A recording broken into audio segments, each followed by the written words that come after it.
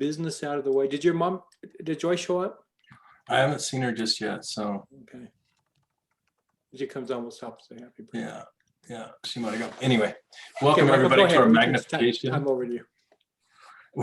Welcome everybody to our magnification call for the last day of February 28th, 2021. Thank you so much for joining us this evening. We are happy to have with us Mr. Richard Paul Evans. Thank you, Michael. Okay, we're through 2 months. Have you magnified this year so far? What's going on? Maybe, I mean, sometimes we feel like, have we survived this year so far? What's going on with you? What do you think? Bonnie Stambaugh, do you feel magnified or what's going on? Let's unmute you. I hope I have magnified my life this year. I've taken the Tribe of Queens and that helped also. Oh, did you like that? I loved it. Okay, I love it too. I can't wait to really unleash. She's talking about the Queen's Imperium training. We did it for the men and the women. I love that. Okay, the scene where Diane's trying to pick up the bottle of 5-hour energy. Did that freak you out? Diane, was that true? You cannot pick it up. Yeah, I love the metaphor that we're talking about the power of our minds and the fact that I told her in a hypnotic suggestion that the bottle of 5-hour energy weighed 2,000 pounds. She could not lift that. As much as she tried, she could not lift it. You could see her, like, her veins are going, and it's like, how is that possible? And it's such a great illustration of how we live our lives. There are things in all of our lives that we think weigh a ton that really just weigh 4 ounces. Right. Isn't that cool? So just to actually say, okay, what are those things that we can find, but to actually show how powerful that the power of suggestion is, and the fact that we're covered by suggestion. Okay, anyone else want to comment about their year? How we're 1/6 of the way through. Yeah, what do you think, Marcy? You keep rubbing your face. Let's unmute you. It's just, I don't know where 1/6 of the year went. And I proudly told everybody around me last week, 7 golden words. Is that the best you can do? I launched a lot of people, but I never did a single thing myself. I am stuck. I don't know why. I'm stuck right now. Ooh. So thank you for asking. Oh, that's interesting. Stuck. Okay. That gives us something to work with. Anyone else feel stuck, or where are you? Kathy Cutler, you're in Hawaii. You're like doing the best of all of us. Let's unmute you. To a point. I started using the planner in like the second week of January after your after the first meeting that I was on with you, and I'm doing really good with all of that, laying it out with my first, second, and third kingdom, but not for my fourth and fifth.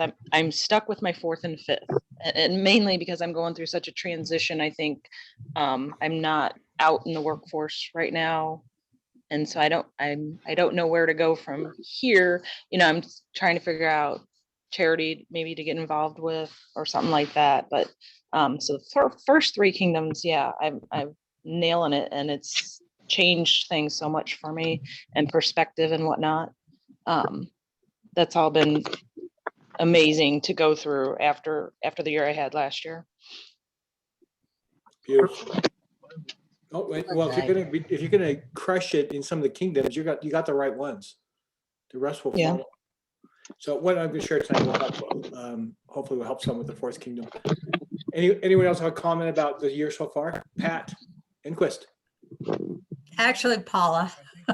Oh, Paul. Of course, it is Paul. That is my husband. I don't know how it came up, Pat. At least you're not like a cat. The cat. Well, I wrote letters to all my friends, my family, and to my acquaintances, actually old co-workers that I used to work with. and it's been amazing, some of the feedback that I have. My brother and my sister-in-law, I'm not really close to them, and it's brought us closer together. So it's been great. Awesome. Congratulations. Tammy wrote, I'm using my microcurrent bioelectrotherapy device to reverse stage 4 cancer for my cousin. Huh. We'll talk about it, Tammy. That's interesting. Where did CJ go? Do you know? Oh, there he is. So let me tell you what's going on Magnification Kingdom Organizer size. I still have the book and I'm still working on the book, but I actually did not sign the contract with the publisher. And this is why. We, Ben Hardy, Dr. Ben Hardy, who's co-writing the book with me, he flew up here. We spent a week together before Christmas. We kind of opened up a can of worms. We actually kind of got so deep in it, actually made it, we thought we'd walk away with the book mostly done. And it actually opened up more questions, which we needed to go through. And it was powerful. However, during that time, we got an offer from the publisher on the book, and it was a third of what we expected. And what they came back with is it was Hay House, and they were afraid it was too religious. I thought that was interesting. They thought it was very religious. So we continued on. In the meantime, I was working really hard with my charity, the Christmas Box House, which is completely crushing it. We brought in $250,000 in November, and then we did it again in December. It's like, oh my gosh, we are absolutely exploding. And yeah, isn't that fantastic?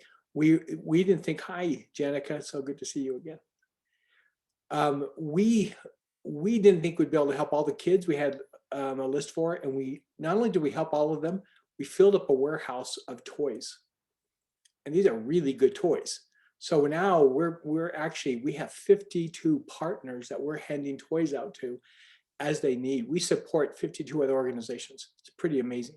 Or 57, Heinz 57, it's cool.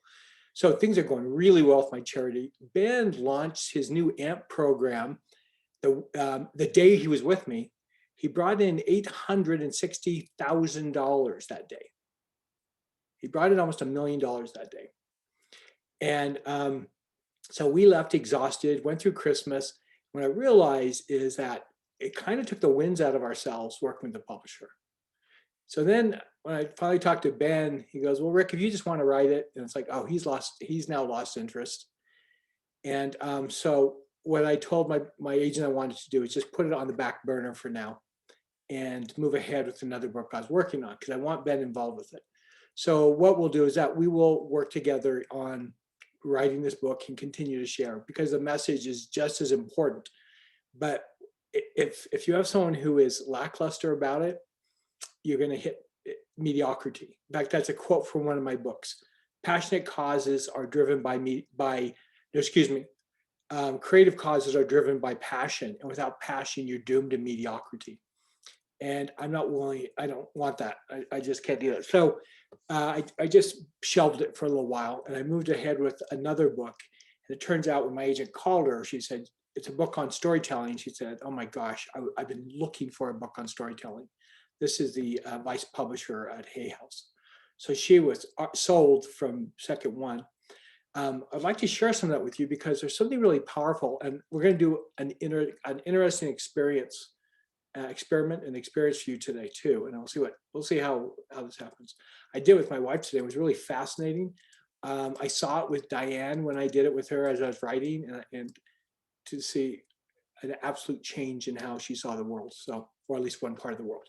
So this is how the book starts. Historically, every revolution, whether political, religious, or cultural, began with a powerful story. The purpose of this book is to show you how to tell that kind of story. In writing this book, my goal was to create an applicable handbook that would open up the power of storytelling for the salesperson on the street, the writer in her den, the pastor at a pulpit, the parent in the home, the politician on the campaign trail, and the CEO in an executive suite. Throughout my career, I've generated hundreds of millions of dollars of sales telling stories. I've helped unlikely political candidates get elected by telling stories. One of my stories led to the formation of an organization that has helped protect more than 100,000 abused children. Another one of my stories was the impetus for the spread of more than 100 monuments around the world. I've created revolutions with stories. I'd love to show you how. What do you think of that beginning?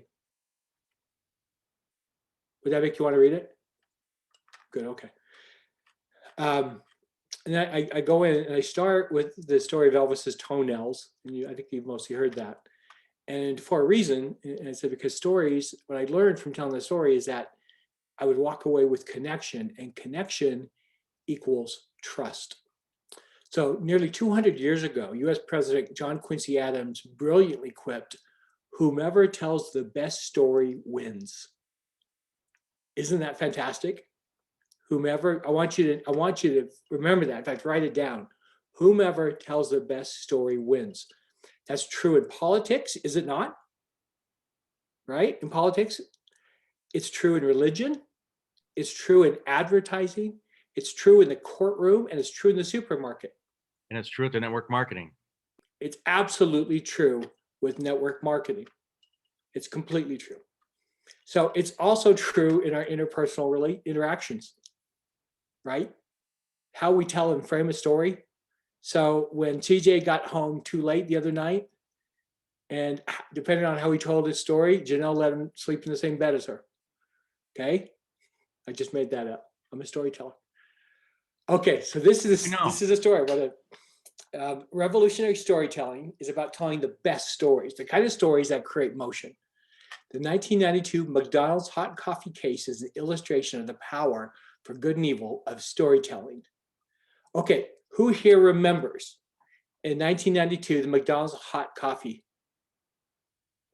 Okay, let's see, Jenica and then Robbie. Jenica, how did you feel about it? What was that? Tell us.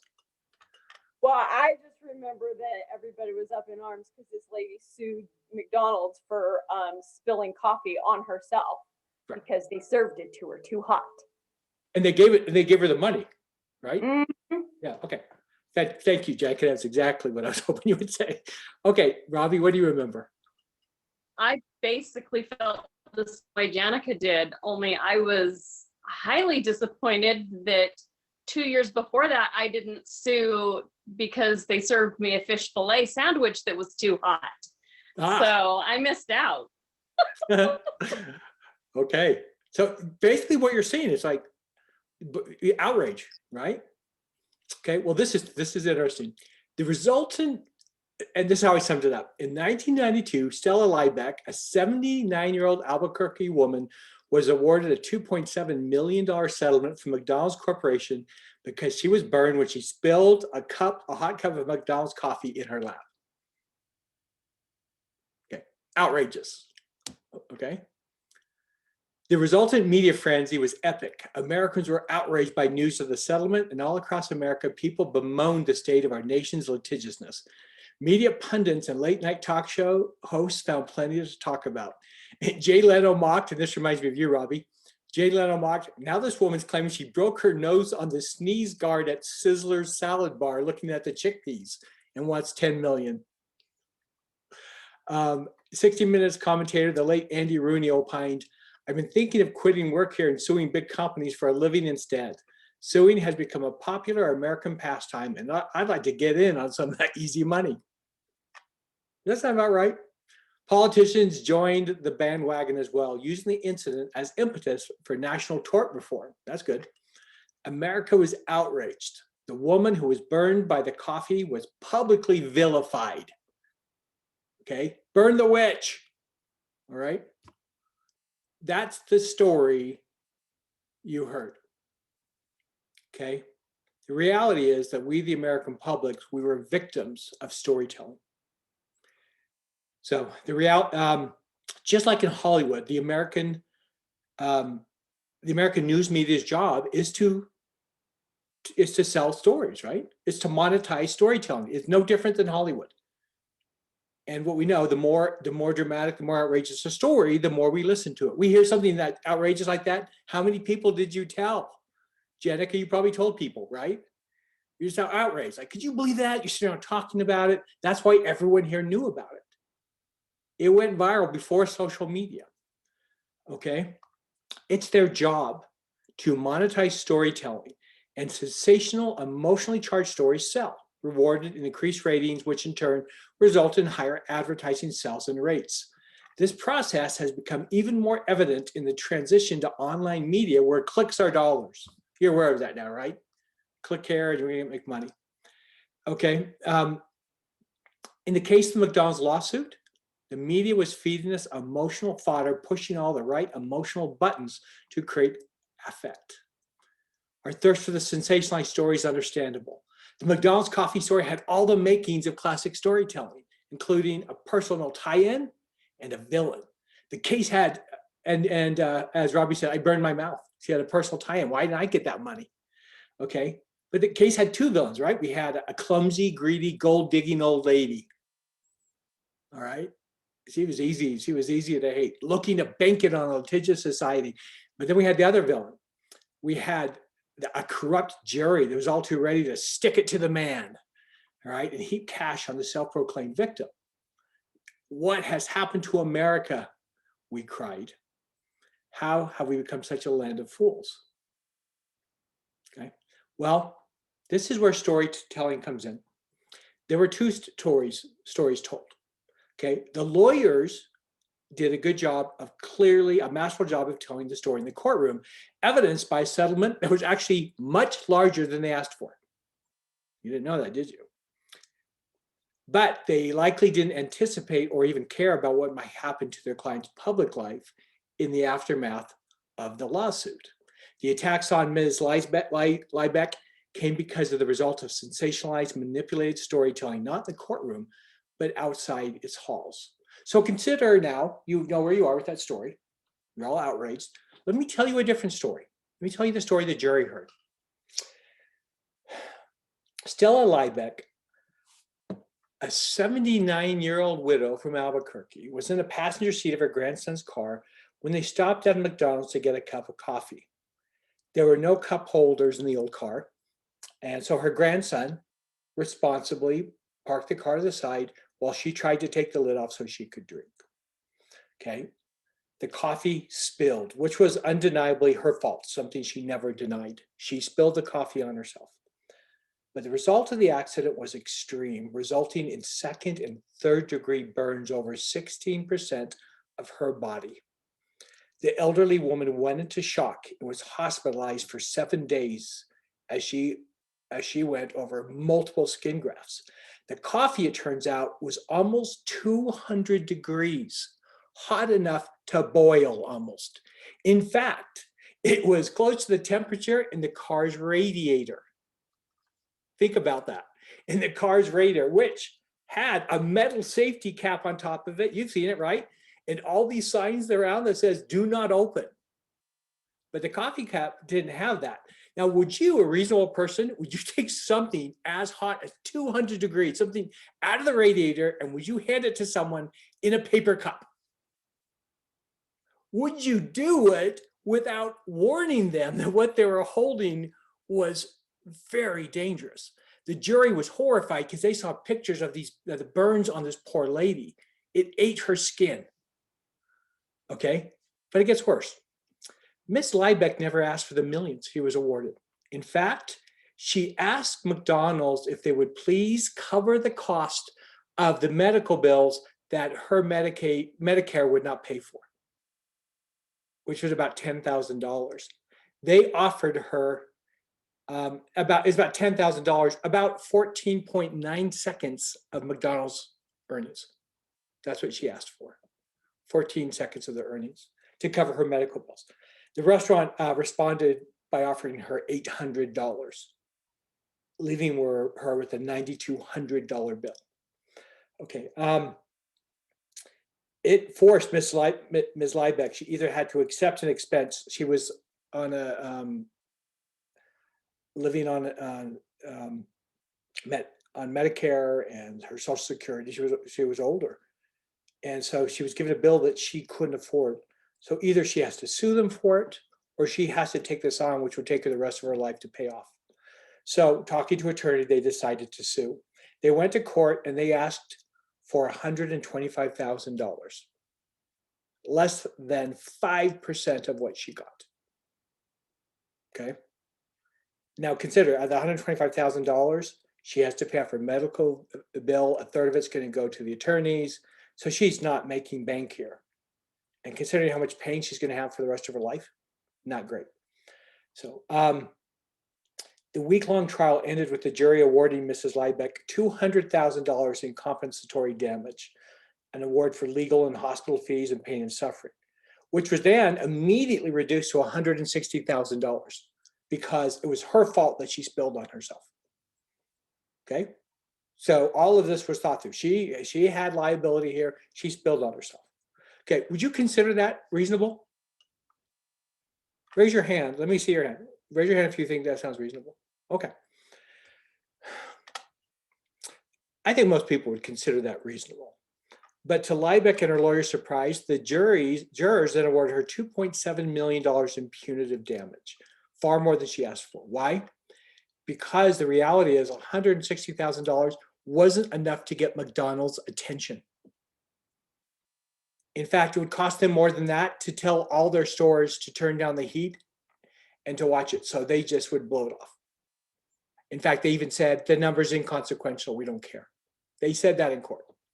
So the juror said, these guys aren't going to make a change and other people will be hurt. It is our responsibility to make a statement to McDonald's. So they offered her that amount of money, something she had never asked for. The reason they did is because her lawyers were skillful enough that they pointed that out to the jury. That $2.7 million was about how much money they brought in 2 days of coffee sales. Okay, that's just 2 days of coffee sales, not the food that went with it, just the coffee. And that's how they came up with that number. That if we find them 2 days of coffee sales, they might say, you know what, maybe we should just turn it down 10 degrees. Turn it down enough won't do damage. Have you changed your mind about Mrs. Liebeck yet? Yeah. She's not an awful woman, is she? Now, all of a sudden, Mrs. Liebeck could be my grandmother. All of a sudden, it's like, okay, did you change your mind about the jury? Yeah, they were actually pretty smart. They actually really thought this through. They showed compassion and they responded to this injustice. But then it gets even worse. There's more to the story. Also never told the public is that Stella Liebeck was never given the money. They knew she was old and she would die. So they kept pushing it off and they said, tell you what, we'll give you $650,000 instead. Or we'll put this off for another 10 years. We'll continue to fight it. You'll never see the money. You'll be bankrupt. You'll be gone. She agreed to it and they realized it was so easy. They did it again. And they said, no, we've changed our mind. We're going to give you $500,000. Take it or leave it. Okay. Didn't hear that part of the story, did you? Mrs. Here she had become the villain, an American villain through the media storytelling. But the truth was, she wasn't. She could have been any one of you. She died in 2004, still carrying the scars from those serious burns and perhaps more painful public humiliation and detestation. So the best story won in the courtroom, but the most sensational story won in the public arena. It was the same story. It was the same story, just different narratives. Same incident, I should say. Can you see the power of storytelling? Yeah, interesting, huh? Did you have a comment, CJ? Go ahead. Yeah, I have a coffee story from one of my coffee shops. I had one of my people call me one morning, frantic because we were out. We had no lids for the coffee. In Atlanta, Georgia. I own 5 coffee shops. And I got down there really quick and I thought of what to do. So what I did was I had a big marquee out front on the street and I wrote, topless coffee today. And let me tell you what, we were lined up 50 people deep all morning. Most would ever had show up. And I had a congressman's secretary call me and she goes, sir, you're going to have to shut your business down. And I go, for what? And she goes, She goes, you don't have a license to serve topless coffee. And I said, we ran out of lids this morning and lidless coffee is incorrect English. So she goes, are you kidding me? And I said, no. She goes, well, you have a wonderful day. And I'm going to come down for some topless coffee. That's a true story. Can I use that in my book? I'm going to use it. That's freaking brilliant. Oh, it's so funny. Was that a wonderful story? Okay. And look at the impact. Now, what's interesting is I was talking to one of my daughter's friends in Italy. He was actually British. And we were talking about, they see the American litigiousness as this big joke. In fact, one time while I was there, some American let their kid climb on the counter at a bakery, the glass counter. Well, who does that? I mean, really? They broke the glass. They fell through and cut themselves. And he screamed, I'm going to sue you. And the Italian bakery owner just goes, who's going to pay for my glass? You're going to pay for my glass. He goes, go ahead and sue me. It will take 6 years. It will take 6 years and you'll never make money because the Italians will say, you broke his glass, pay for the glass. So the Italians it's kind of a worldwide joke, American litigiousness. But part of it is the wrong story. So then as we talked about it, he goes, well, as a matter of fact, about 6 months ago, my brother is in Britain and a waitress walks in and tips over a tea kettle on top of his chest, 3rd-degree burns. He's rushed to the hospital. I said, did he sue? He goes, no. In fact, while he was in the hospital, he got a bill for the dinner he didn't finish. I said, okay, now you see why we do that in America, right? Interesting, huh? Okay, so the power of storytelling. Now, I want you to, in the same way we talked about, I was talking about Diane and Bonnie was mentioning in the video, I have her try to pick up a 4-ounce bottle of 5-hour energy, which she can't do because she thinks it weighs a ton. This is the same power of storytelling that, I basically told her a story to her subconscious, just weighs a ton. So what I'm going to do in this book is I'm going to go through and talk about the power of storytelling, and then the next one to others and how revolutions are started with storytelling. And then the next book talk about the revolutions in ourselves. What stories do we tell ourselves? So let me continue on. Stories, it turns out, are a necessary part of our daily neurological experience. They're how we process and give meaning to the experience around us. We have to have it. Our brains need to have it. In the same way we have to dream at night. Okay?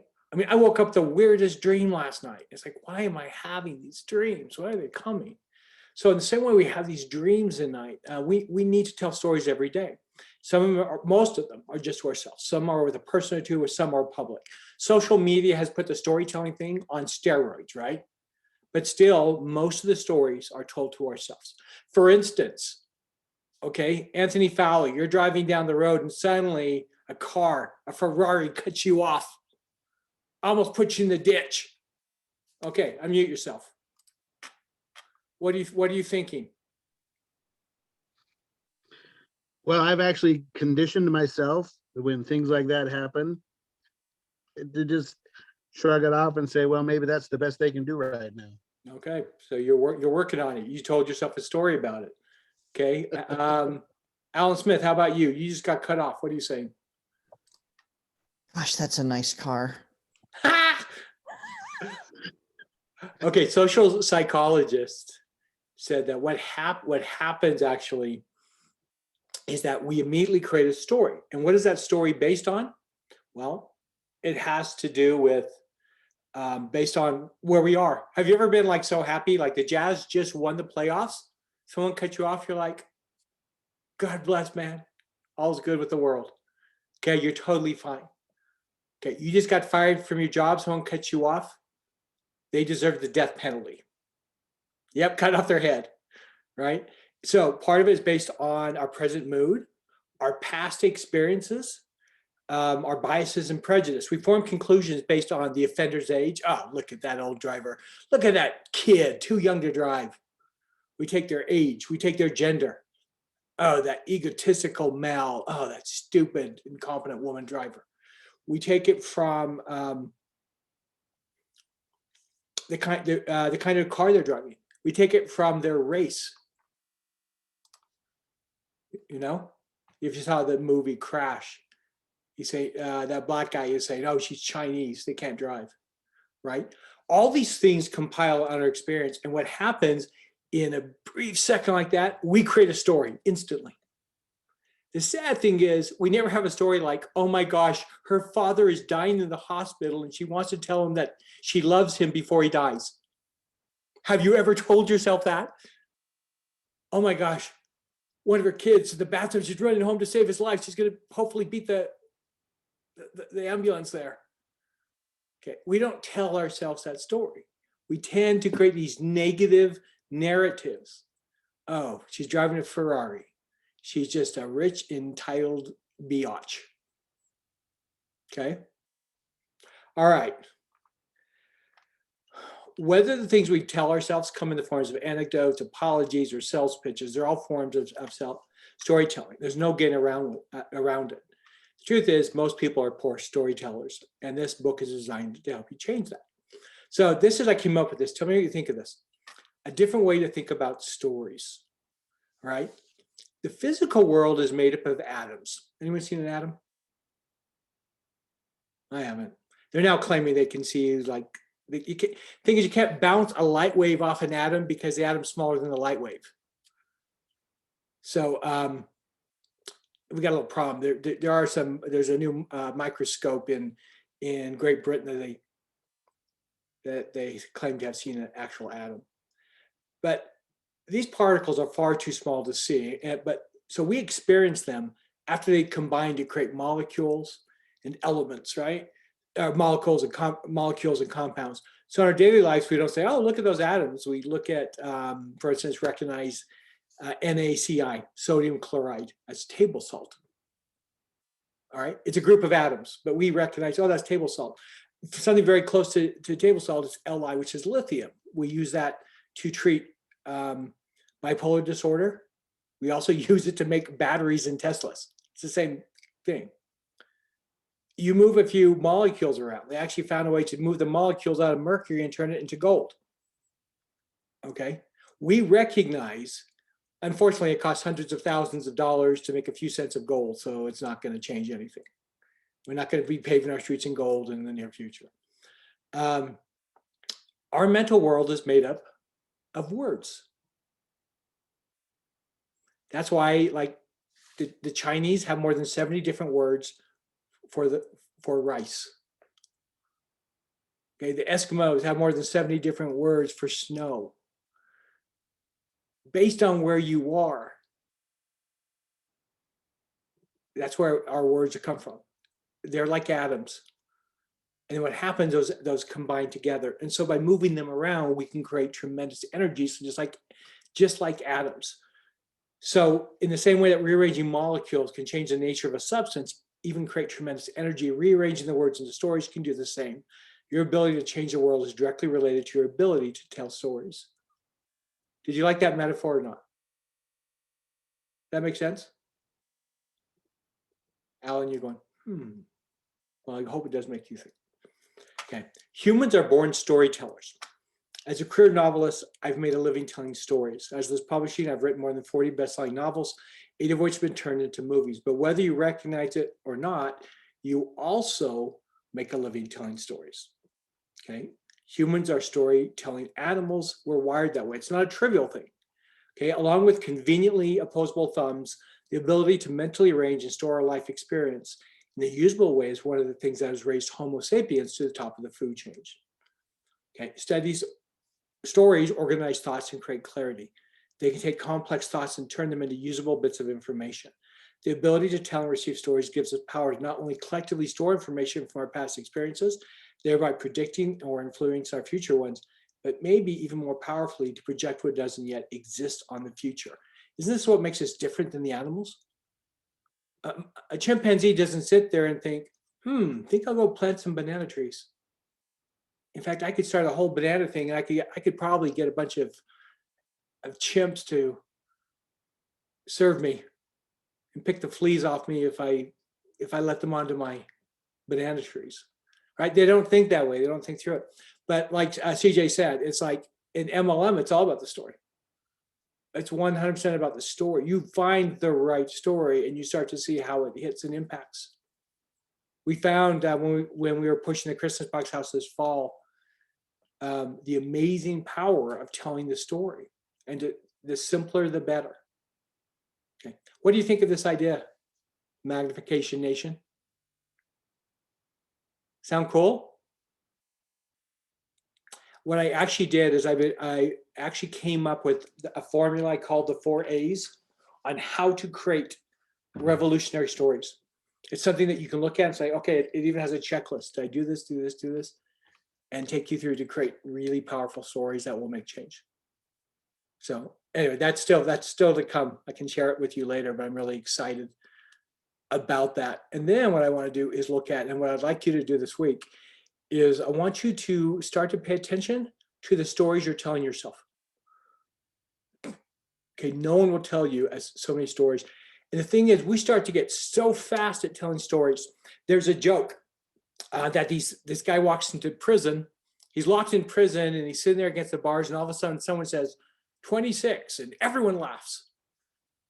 And then someone goes 14 and everyone laughs. He goes, what's going on here? And he goes, oh, we've been in prison so long that we all know each other's jokes, so we just gave them numbers. It's faster. He goes, oh, you just say, okay. He goes, well, let me try one. He goes, 17. And no one laughs. He goes, well, what happened in this? His cellmate goes, well, some people just don't know how to tell jokes. Isn't that great? The thing is, we do that with stories. You think of some of the greatest storytellers of all time. And think of, for instance, I'm going to pull up a list here. This is really cool.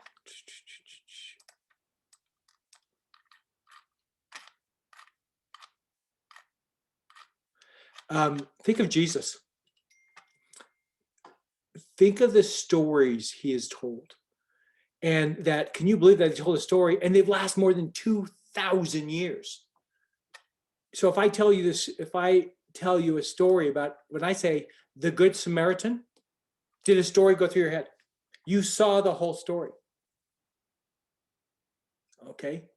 Candle under a bushel. I just told you a whole story just with a few words. Because those stories become so powerful that they last. Aesop's fables. Aesop did the same thing 2,500 years ago. Sour grapes. I can say sour grapes and you think, oh, there's a fox trying to reach these grapes, which he couldn't get, and he finally just tells himself they were sour. Isn't that powerful? That is the power of storytelling. Now, I had an experience. This is really fun. We were working for U.S. Senator Bennett, and during his campaign, he said to me, he goes, you know what? I'd like you to help. He goes, I was up in Davis County today, which is just north of Salt Lake. He goes, I was speaking with a sheriff candidate. He's a young man. I liked him. I would like you guys to go up and help him. I'll pay you. Help get him elected. Well, getting up there, getting someone elected isn't that easy. And so we went to meet him.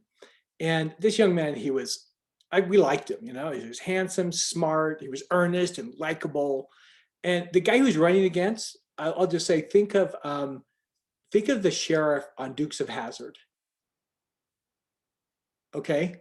He was just this barrel-chested guy who didn't care. In fact, when he was criticized by the press, they said, you spend more time on the golf course than you do in the office. He goes, it's in my contract. I only have to work 1 day a week.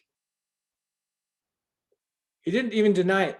As soon as our deputy ran against him, he got fired. He didn't worry about losing. And his confidence wasn't misplaced, because the truth is, no one cares about these small races. They don't change things, okay? You don't go around and like, I'm going to change someone. Have you ever voted for a judge? Have you ever known if those judges were any good? You have no idea, do you? You just go through and click, unless you know them, you just click, well, the world hasn't fallen apart. Might as well give them a yes vote. That's what we do. That was the way with this guy. No one cares about the sheriff. They didn't know anything about him. So he's telling us about himself, and there's really nothing there other than he's a really likable young man, and he wanted to do a good job. And it's like, dude, your opponent has 80% of the vote. You have 20%. It's almost impossible to get you elected, just to being honest with you. And he goes, well, he may have 80% of the vote, but I have 88% of the deputies for me. I go, what? He goes, yeah, 88% of the deputies are for me. I go, you're talking about Davis County deputies, the guys who work for the sheriff, they're all on your side, almost 90%. I go, can you prove that? He goes, oh yeah, they signed a paper. You just changed everything. You just gave me my story. So everything we did, we printed up banners with the number 88%. Because the one thing I know is if I'm going to vote for someone, if the deputies hate their boss, something's wrong. What happened with Ellen when all of a sudden her employees all said they hated her? Her show was canceled like that. And that's what we did. And I'll never forget the night of the election. I mean, he bought 2 billboards, our candidate bought 2 billboards for him. We put 88% up there. Everything had the big 88 on it. And I said, every time you speak, first thing you will say is 88%. Every time you speak, everything will have that story. We found a story. The night of the election, we go there, and the 2 guys had their victory parties at the same place, at this little hotel in Davis County, in Bountiful. And one of the main floor was this huge room, and they had a band playing. It was the good old boy sheriff, and all these people were there. There's balloons, and you know what I'm talking about. We walk upstairs to our guy. It's him and his wife and a couple friends and some Doritos. And we sit there with him and we watch the returns on a little TV, and we watch our guy trounce the guy. We could hear the music like get softer, and we could see people leaving. It's like, because no one wants to be there when he loses. And by the end, the party was over downstairs and killed him. How do we do that? We found the story. Is that true with Kingdom Organizer? Absolutely it is. You find that story, that right story, and you share it, and it changes it. That is how you succeed in life. You find that story. And I show you how in my thing. I'm going to give that to you guys first to test it before anyone else, because it's more difficult than you think. You know, I told you a little while ago, I shared with you the little cow story. Fortunately, I tested it before I used it on the international platform, because they were mortified by it. They were horrified by the story.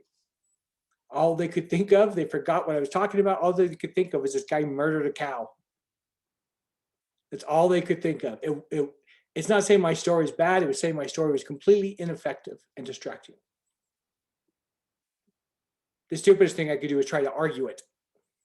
It's like, just take it out. It didn't work. And so finding those stories that work for you, whether you're getting a job, whether you're getting married, whatever it is. All right, I hope you like that. I'm pretty excited about this and what I'm realizing about stories. And so I'm going to test it with this community, all the parts of it. Did you like it? Did you like what you heard tonight? Pretty cool. Good. I'm really excited. I think this is one of the best books I've ever written. So I'm very excited to share everything with you first, and I will. You'll get a chance. Also, it is Joyce's birthday today. Let's all sing her happy birthday. Someone who can sing. Janica, start us off. You can sing. Happy birthday to you. Happy Happy birthday. To you. Happy birthday, dear Joyce. Happy birthday. Cha-cha, ooh la la. Hope you're having a great day, Joyce. That was a horrible delay and all. Oh, that's why I thought, wait, she's the Thank singer. you. You're welcome. Janica, thank you for taking the lead there. Janica has a lovely voice, by the way. Not that you would necessarily tell by that rendition. So anyway, thanks so much for being here. Those who are interested about knowing more, thank you for the top list story, CJ. That is fantastic. That's going to show up in the book. And anyway, God bless you all this week. Okay, let's start March with a bang. March 4th is coming. Let's March 4th. Let's do amazing things. And Diane will reach out to all of you who said you were interested in being to our magnification. You need to know what you're going to get for that. Okay, and I'm working on that, but it's going to be so worth it in terms of training and coaching. You're going to walk away a new person. It's in a way, a beautiful way. So anyway, thanks so much for your feedback tonight. And oh, Marcy, thanks for sharing that too. The most important story we'll ever write. I forgot to use that one. So you guys are wonderful. So have a great night. Have a great week. Let's hit March. Let's make some great objectives and goals in March and make something really powerful happen. Okay, Thank so you. Take Have a care good all. night. Love you all. Have a good night. Thanks, Rick. Thank you. Thank you. Thank you. Good night. Yep. Thank you. Bye, everybody.